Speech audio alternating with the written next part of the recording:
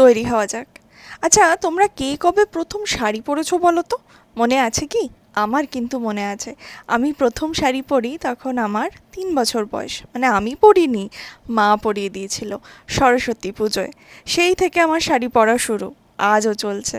এবং সরস্বতী পুজোয় কোনো দিন আমার শাড়ি পরা মিস যায় না, তাতে যাই হয়ে যাক। এবং সেই শাড়ির প্রতি আমার ভালোবাসা দেখে একটু বড় হওয়ার পর যখন এই ক্লাস 9-10-এ পড়ি, তখন থেকে না বাবা সরস্বতী পুজোয় আমাকে একটা করে শাড়ি কিনে দেয়, এবং সেই প্রথা আজও চলে আসছে। তো এই ছিল আমার তো শাড়ি পরার শুরু এবং আমার ভালো লাগার গল্প।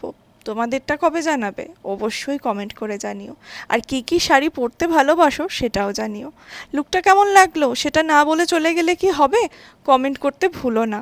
আর এরকম আরও আরও অনেক ভিডিও দেখতে অবশ্যই চ্যানেলটা বা আমার পেজটা ফলো করে দিও।